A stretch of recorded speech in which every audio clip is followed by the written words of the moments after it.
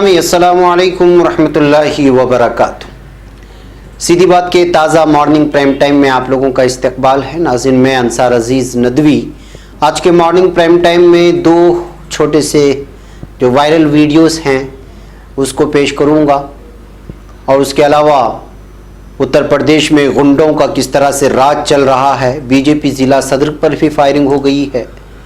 महाराष्ट्र में बीजेपी के इंतखाबी मंशूर में सावरकर को भारत रत्न देने का वादा किया गया है। देखिए क्या क्या हालात बनते जा रहे हैं हिंदुस्तान के।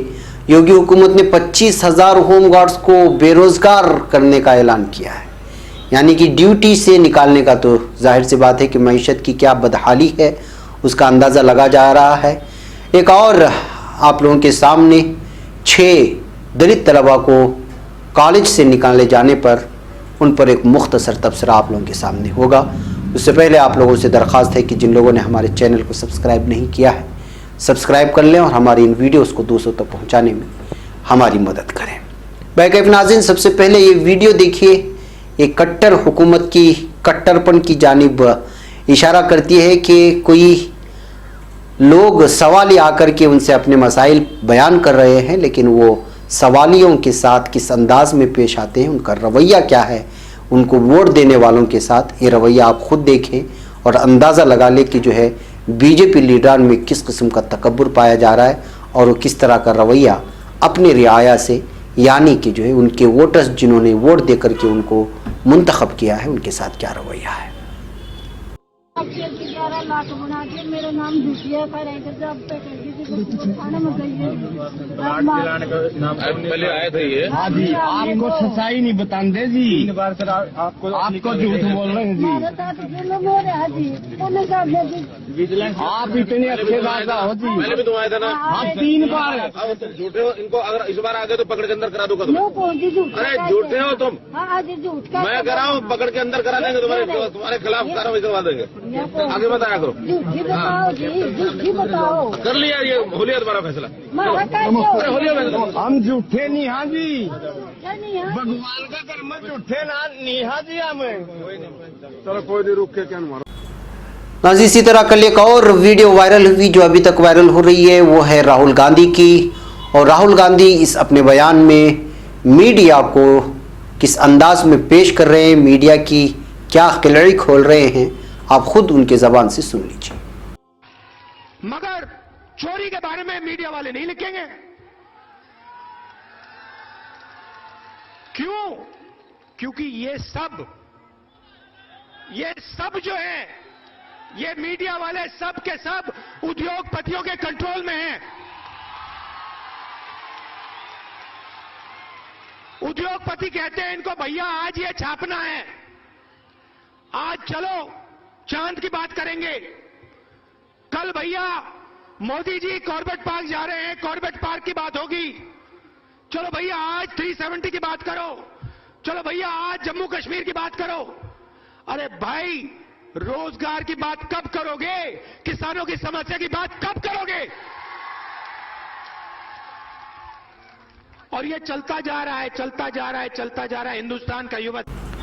बैरकैफ नाज़रीन, अब हम बढ़ते हैं फ्रांस की जानिब। जी हाँ, अमेरिका के बाद फ्रांस का भी शाम से अपनी फौज निकालने पर फैसला आ चुका है या फैसला लिया जाने वाला है, इस तरह की गौर खोज की जा रही है, इस तरह की खबरें आ रही हैं। शाम में कुर्द इंतजामिया के खिलाफ तुर्की की फौजी कार्रवाई के तनाजुर में अमेरिका ने शाम में तैनात अपनी फौज वापस बुला ली थी। अमेरिका की जानिब से फौज वापस करने के बाद फ्रांस ने भी दाइश मुखालिफ आलमी अस्करी इत्तेहाद में शामिल अपने फौजी दस्ते शाम से वापस बुलाने पर गौर शुरू कर दिया है। फ्रांसीसी खबर रसा एजेंसी AFP ने एक मुसद्दिका ज़राए के हवाले से बताया है कि डोनाल्ड ट्रंप की जानिब से अमरीकी फौजियों के इनकला के फैसले के बाद फ्रांस ने भी शिमाली शाम में दाइश के खिलाफ इत्तेहाद से अपनी फौज वापस करने पर गौर शुरू किया है। पेरिस हुकूमत के एक ज़राए का कहना है कि अमेरिका की तरफ से फौज वापस बुलाने के बाद फ्रांस के पास कोई चारा नहीं बचा है। पेरिस शाम और इराक में सरगर्म आलमी फौजी इत्तेहाद की 1000 के करीब फौजियों के जरिए मदद कर रहा है। फौजी कार्रवाई का कहना है कि शिमाली शाम में फ्रांस के 200 फौजी तैनात हैं। अगरचे फ्रांसीसी हुकूमत ने शाम में खुसूसी दस्तों की मौजूदगी की बाज़ाब्ता तस्दीक नहीं की है, ताहम सदर इमानुएल मैक्रोन ने इतवार के रोज़ फ्रांसीसी दिफाई अहदेदारों से मुलाकात के बाद वहां अपनी मौजूदगी का ज़िमनी तौर पर एतराफ़ किया है।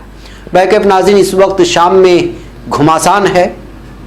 शाम की बशर अल असद की फ़ौज और तुर्की के फ़ौज के दरमियान, और उसके साथ कुरद फ़ौजी भी जो है वो शामिल हैं बशर अल असद की फ़ौज के साथ। अब आगे के दिनों में देखना है कि वो किस तरह वहाँ के हालात पैदा होते हैं तुर्की के पूरी तरह से अपने मकसद को कामयाब होने के बाद। इसलिए कि जो है इस वक्त अमेरिका भी पूरी तरह से जो है तुर्की की मईशत को बर्बाद करने की धमकियाँ देता रहा है, लेकिन महसूस ये होता है कि तुर्की अब किसी की सुनने वाला नहीं है, वो अपने कदम बढ़ा चुका है। बहरकैफ नाज़रीन, अब बात करते हैं हम अपने मुल्क भारत की। जी हाँ, उत्तर प्रदेश की बात करते हैं तो उत्तर प्रदेश में जराइम पेशों की हिम्मत कितनी बड़ी हुई है, इसका नज़ारा मंगल की सुबह मैनपुर में देखने को मिला। खबरों के मुताबिक मोटरसाइकिल पर सवार 3 बदमाशों ने बीजेपी के जिला सदर आलोक कुमार पर अंधाधुंध फायरिंग करके उन्हें हलाक करने की कोशिश की, लेकिन उनकी खुशकिस्मती रही कि वो बच गए।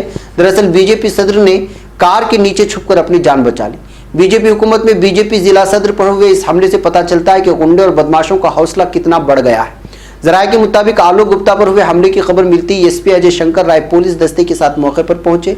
पुलिस ने बीजेपी जिला सदर से पूछताछ की और ये जानने की कोशिश की कि क्या वो इन बदमाशों को पहचानते हैं। आलोक गुप्ता ने उन्हें ना पहचानने की बात बताई। फिर नामालूम बदमाशों के खिलाफ पुलिस में तहरीरी शिकायत दर्ज कराई। पुलिस बदमाशों की तलाश के लिए छापामार कार्रवाई कर रही है। मीडिया जराये का कहना है कि वाकया कोतवाली सदर हल्के के ओदनगर का है, जहां बीजेपी जिला सदर अपनी रिहाइश पर बैठे हुए थे। बैकअप नाज़रीन, जब से योगी हुकूमत शुरू हुई है वो ये इस बात के दावे के साथ आए थे कि वहाँ की जराइम पेशा लोगों को ख़त्म करेंगे, और कई नकली इनकाउंटर्स हुए गुंडों को मारने के चक्कर में, और ऐसी कई खबरें हम लोगों के सामने आई। लेकिन अभी भी महसूस होता है कि किस तरह वहाँ जराइम के जो खबरें आ रही हैं, या फिर रेप की तरह से रेप के ज़िम्न में आई हुई जो खबरें आ रही है वो यूपी के हालात को बयान करती हैं। अब बात करते हैं इसी बीजेपी की महाराष्ट्र में। जी हाँ, बीजेपी ने मंगल को अपने इंतखाबी मंशूर में नौजवानों को 1 करोड़ रोजगार और सूखे से आज़ाद महाराष्ट्र का वादा किया। संपन्न, समृद्ध और समर्थ नामी 40 सफ़हात के मैनिफेस्टो में यह भी कहा गया कि पार्टी यकीनी बनाने की कोशिश करेगी कि महात्मा ज्योतिबा फुले, सावित्रीबाई फुले और सावरकर को भारत रत्न दिया जाए। इंडियन एक्सप्रेस के रिपोर्ट के मुताबिक वजीर आला देवेंद्र फडणवीस और बीजेपी के national working president JP Nadda के जरिए इजरा किए गए पार्टी के मैनिफेस्टो को उन पॉलिसियों और प्रोजेक्ट्स के तसलसल के तौर पर देखा जा रहा है जो पिछले 5 सालों में रियासती हुकूमत के जरिए मुख्तलिफ मरहलों में ऐलान किए गए या नाफिज किए गए थे। रोजगार मुहैया कराने के अलावा बीजेपी ने आवाम को लुभाने वाला कोई दूसरा वादा नहीं किया है, लेकिन इसमें सावरकर को जो अवार्ड देने की बात की गई है उसको लेकर के इस वक्त सावरकर कौन है ये सारी चीज़ें सारी दुनिया जानती है। उनको लेकर के जो भी चीज़ें सामने आई हैं, जो भी कहानियाँ और दास्तानें हैं और जो तारीख़ है वो लोगों के सामने है। लेकिन ऐसे शख्स को भारत रत्न दिया जाना और उसका मैनिफेस्टो में वादा करना ये बहुत ही अचंभा भी है और ताज्जुब खेज़ भी है। लेकिन बीजेपी का मैनिफेस्टो होने की वजह से अचंभा नहीं होना चाहिए, इसलिए कि उसकी फ़िक्रें किस चीज़ से मुतासिर है हम तमाम लोगों के सामने है। लेकिन उसका अलल ऐलान मैनिफेस्टो में ऐलान करना ये असल में जो है इस वक्त सेकुलरिज्म पर जो एक धब्बा महसूस किया जा रहा है, जिसकी वजह से ये बातें अब तस्वीर में आ रही है और मीडिया भी इसको धीरे धीरे कवरेज दे करके उस पर तबसरा करने की कोशिश कर रहा है। जी हाँ नाज़रीन, अब हम बात करते हैं योगी हुकूमत के ही सिलसिले में कि किस तरह से जो है यूपी में बेरोज़गार करने की सिमत कदम बढ़ाए जा रहे हैं लोगों को। एक जानिब हिंदुस्तान की जो मईशत का हाल है वो बहुत बुरा है, बेरोज़गारी का जो हाल है वो बहुत बुरा है। ये सारी बातें आप लोगों के सामने हैं। लेकिन अब यूपी से खबर निकल करके आ रही है।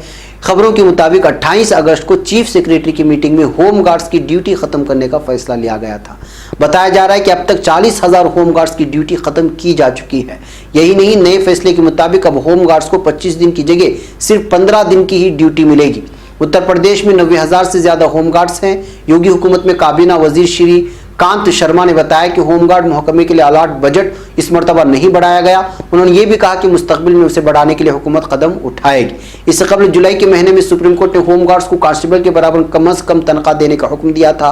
होमगार्डों के हक में इससे पहले यही फैसला इलाहाबाद हाई कोर्ट ने भी दिया था, जिसे उत्तर प्रदेश की हुकूमत ने सुप्रीम कोर्ट में चैलेंज किया था। लेकिन सुप्रीम कोर्ट ने इलाहाबाद हाई कोर्ट के फैसले को बरकरार रखते हुए होमगार्ड्स के हक में फैसला सुनाया था और यूपी हुकूमत की अर्जी को खारिज कर दिया था। सुप्रीम कोर्ट ने उत्तर प्रदेश की हुकूमत को दिसंबर 2016 से भत्ता देने और 8 हफ्ते के अंदर इस सिलसिले में हुक्म जारी करने के लिए भी कहा था। हालांकि सुप्रीम कोर्ट ने होमगार्ड्स को मुस्तकिल करने से मना कर दिया था, लेकिन अदालत ने कहा था कि मुस्तकिल काम करने वाले होमगार्डों को कांस्टेबल की यकसा कम अज़ कम भत्ता मिलना चाहिए।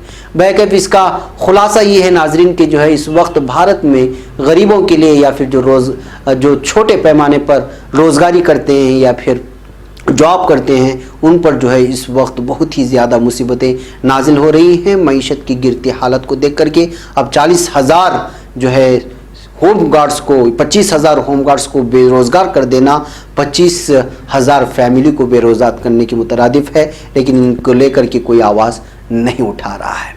नाज़रीन, अब हम बात करते हैं आज़म शिहाब के एक आर्टिकल की, जिसमें उन्होंने महाराष्ट्र के शहर वर्धा की यूनिवर्सिटी से निकाले गए कुछ तलबा को लेकर के तबसरा किया है। मैं उसका कुछ इख्तिबास आप लोगों के सामने पेश करना चाहता हूं, इसलिए कि दलितों के साथ या फिर पिछड़े तबके के साथ जो जुल्म ज़्यादतें हो रही हैं उन जुल्म के ख़िलाफ़ आवाज़ उठाना मेरी और आपकी सबकी ज़िम्मेदारी है, क्योंकि मज़लूम तबके की आवाज़ उठाने से कल कोई हो सकता है कि वह हमारे लिए आवाज़ उठाए। महाराष्ट्र के शहर वर्धा की शनाख्त महात्मा गांधी से है। यहीं पर महात्मा गांधी हिंदी यूनिवर्सिटी भी है, जिसकी शनाख्त बापू की तालीम व उनके नज़रियात से है।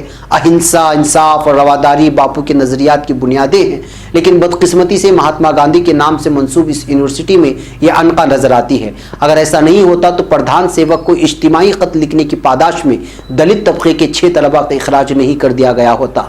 इन तलबा का जुर्म यह था कि उन्होंने मॉब लिंचिंग, असमत दरी, कौमी इदारों की प्राइवेटाइजेशन और अवामी बुनियादी सहूलियात से चश्मपोशी वगैरह जैसे मामलात पर खुद को प्रधान सेवक कहलाने वाले मोदी को खत लिखकर उनकी तवज्जो मबजूल कराने की जुर्रत की थी।